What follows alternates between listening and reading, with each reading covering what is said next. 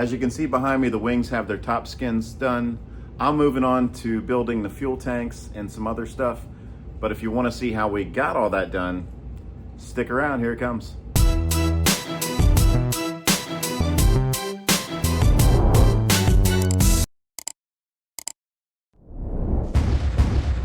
At this point, the internal skeleton for the aft section of each wing is complete. So now it's time to cover the wings with 2 large skins on each. At the wing root, however, where the pilot and passengers will step up to get in the airplane, additional material is added under the skin to double the thickness and make this area stronger. All right, so the top skin is on. I've got the 2 doublers underneath the top skin.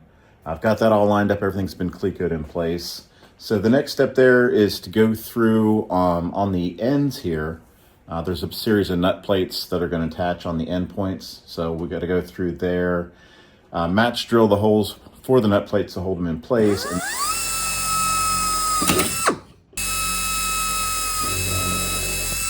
then also the center hole for the nut plates. Those get upsized to a number 19 size for the number 8 screws to go in there. So upsize those holes.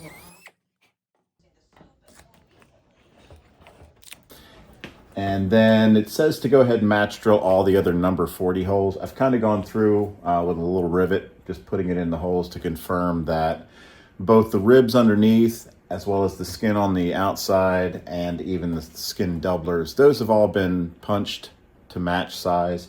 So the rivet slides right in there. And then the last step, eventually all this outer skin is going to get dimpled where all the flush rivets are going to go in all these rows here and here. However, these first 4 rows here, this is where the doubler plates are sitting underneath. So the material is much thicker there. So all of these holes, instead of dimpling those holes, these are all going to need to get machine countersunk for the flush head rivets, because that's just too thick to dimple. You're going to machine countersink the outer skin here, and then the rivets will get set in that. And the rivets will be just a little bit longer here than they are in the rest of the skin, just to go through the extra material on that.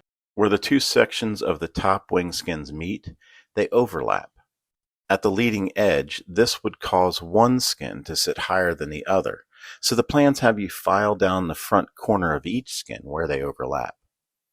The goal is to allow the 2 stacked pieces to lay flush behind the leading edge skin.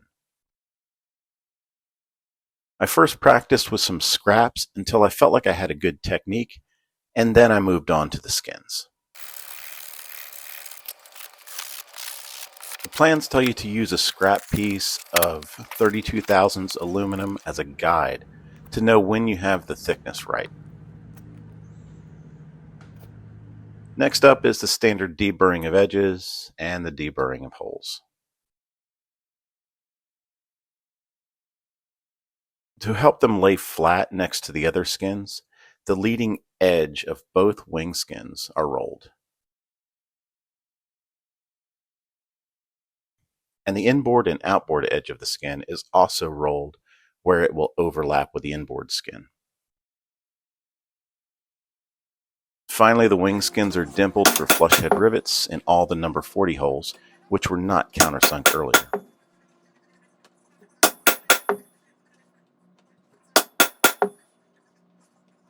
Up to this point, when I'm not working on them, I had the wings sitting on sawhorses and being very careful not to accidentally knock them onto the ground. While I'm still planning to attach the top wing skins with each wing skin securely and squarely attached to my build tables, as called out in the plans, I decided that this was the time to assemble a cradle to safely hold the wings, and eventually will be used to store them once they're complete. I found a variety of builds online, and eventually found one that I liked the most. It was really simple to build.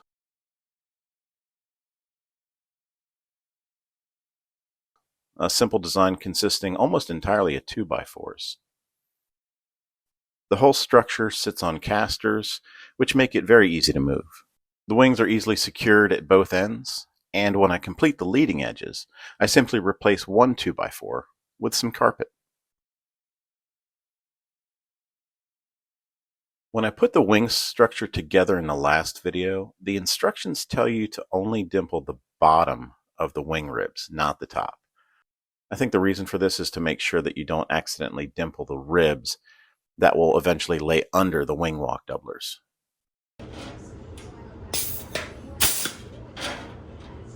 Now it's time to dimple the wing ribs for the top skins.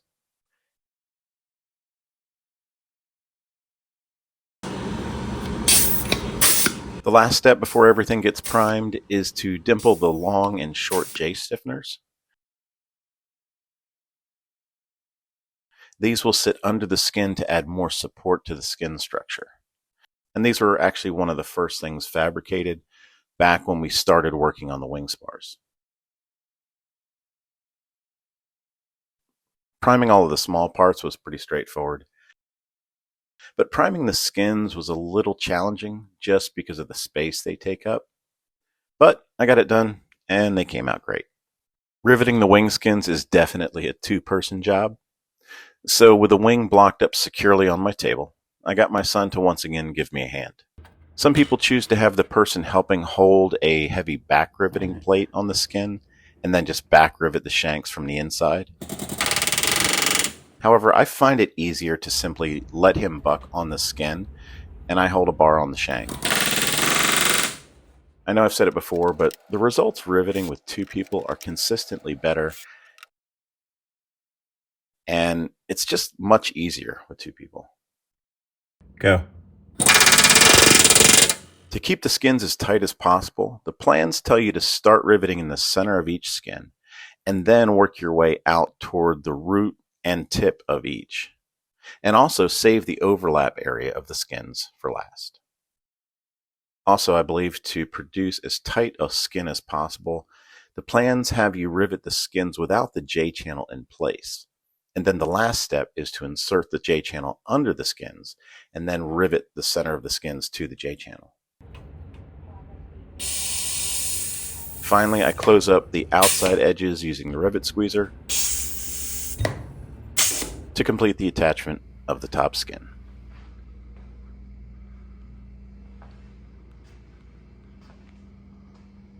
At the wing root, where the fairings will attach, the number 19 drilled screw holes need to be countersunk. But the holes need to be countersunk not to fit the head of the screw. Instead, they need to fit the dimple in the fairing skin. So, to accomplish this, I drill out some aluminum and dimple it for a number 8 screw.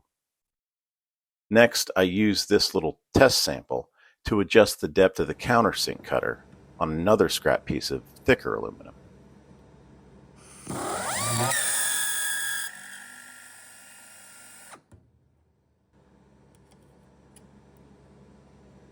Once I have this depth set correctly, out of caution, I back it off a little before making the first cut in the wing. This way I know the first pass with the countersink cutter will be a little shallow, and then I can creep up on the desired depth.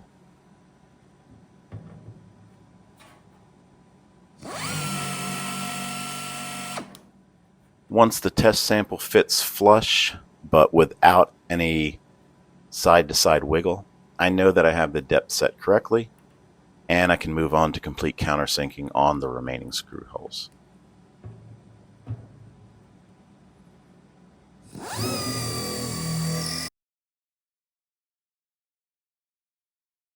Lastly, it's time to attach the outboard aileron hinge bracket. The bracket gets clecoed to the outboard rib and the rear spar using 2 existing holes in the rib, and then the remaining holes are match drilled.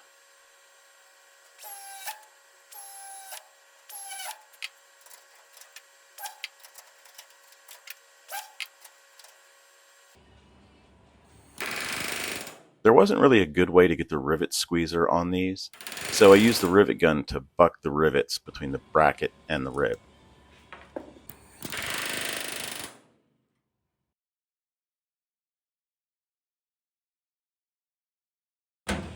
While I was able to squeeze a couple of rivets between the bracket and the rear spar,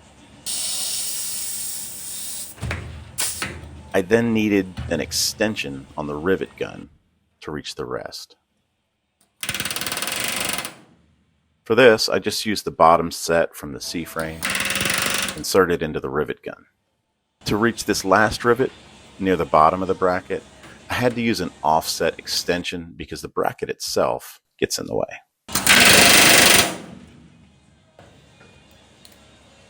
Alright, well I'm happy to say that completes the construction of the left wing top skin for the back half of the wing.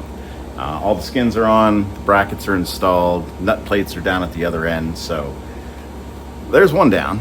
Still got one to go. I'll spare you a repeat of all that. So yeah, that's gonna be a wrap for this video. I'll pick up in the next video either with the leading edges for these things, or maybe the fuel tanks, or maybe the ailerons of the flaps. I don't know. We'll see what I decide to build on next.